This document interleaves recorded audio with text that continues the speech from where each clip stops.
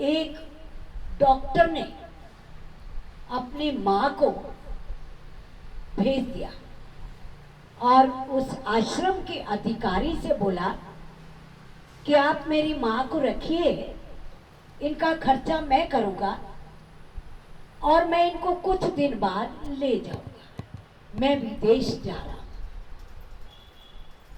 ये घर की, परिवार की, समाज की दुर्दशा का नतीजा।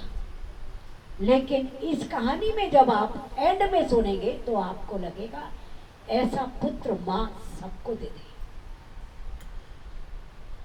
जब वो छोड़ के जाता है तो माँ समझती है कि पुत्र विदेश चला गया है।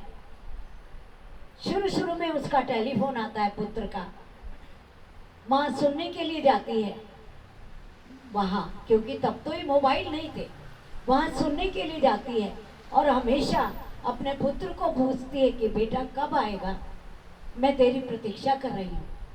तो बेटा बोलता है माँ, मैं जब भी विदेश से आऊँगा ना, मैं आते ही तुझे ले जाऊँगा अपने साथ, तू मेरी चिंता मत कर, मैं आज ठीक ठाक हूँ, तू तो ठीक है ना।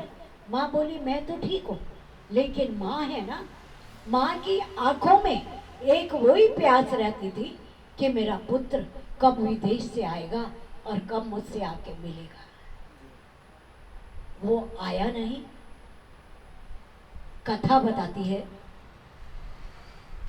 वृद्धाश्रम के अंदर चर्चाएं चल गई कि कहने को तो वो डॉक्टर था, इतना बड़ा, इतना धनवान था, और अपनी माँ को वृद्धाश्रम में छोड़ के चला गया और फिर पता भी नहीं किया कि उसकी माँ कैसी है कैसी नहीं। तो माँ जब कानों से सुनती थी तो उसको बहुत दुख होता था कि मेरे पुत्र के बारे में कोई ऐसा क्यों बोल रहा है, लेकिन जानती भी नहीं थी। अंत में 3 साल में उसको भी लगा कि शायद मेरा पुत्र ही बेकार है, अब वो चला गया है तो चला गया है, पर उसका धन आता रहता था। वृद्धाश्रम ऐसे तो रखेगा नहीं ना, वो तो बिना धन के निकाल देगा, कितने दिन रखेगा। आज वृद्धाश्रम भी शुद्ध नहीं है, बिजनेस के, व्यापार के एक आश्रम बन चुके हैं, कोई ऐसे नहीं रखता है। कथा बताती है कि वो लोग बोलते हैं अच्छा चलो पता करते हैं कि पुत्र आता है कि नहीं आता है। माँ रोती रही, आंखों में इंतजार करती रही। कुछ दिनों के बाद में प्रबंधक को पता चलता है उसके पुत्र को जब वहां लाया जाता है और वो कैसी अवस्था में होता है, वाइट चादर पहने होता है, वो आके उस आश्रम के अंदर आता है।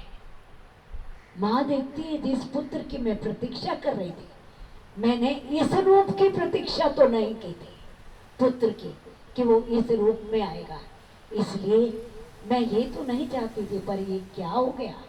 लेकिन प्रबंधक को पूरी उसकी हिस्ट्री पता थी और उसने वो चिट्ठी दिखाई उस डॉक्टर की लिखी हुई कि देखिए मुझे मालूम था ये डॉक्टर छोड़ के गया है, डॉक्टर को ब्लड कैंसर हो गया था, इसलिए उसने सोचा कि मेरी माँ मेरे इस ब्लड कैंसर को देख नहीं पाएगी, सहन नहीं कर पाएगी और जीते जी मृत्यु को प्राप्त हो जाएगी, इसलिए मैंने उसको वृद्धाश्रम में छोड़ दिया कि कम से कम मेरी इस अवस्था को ना देखे।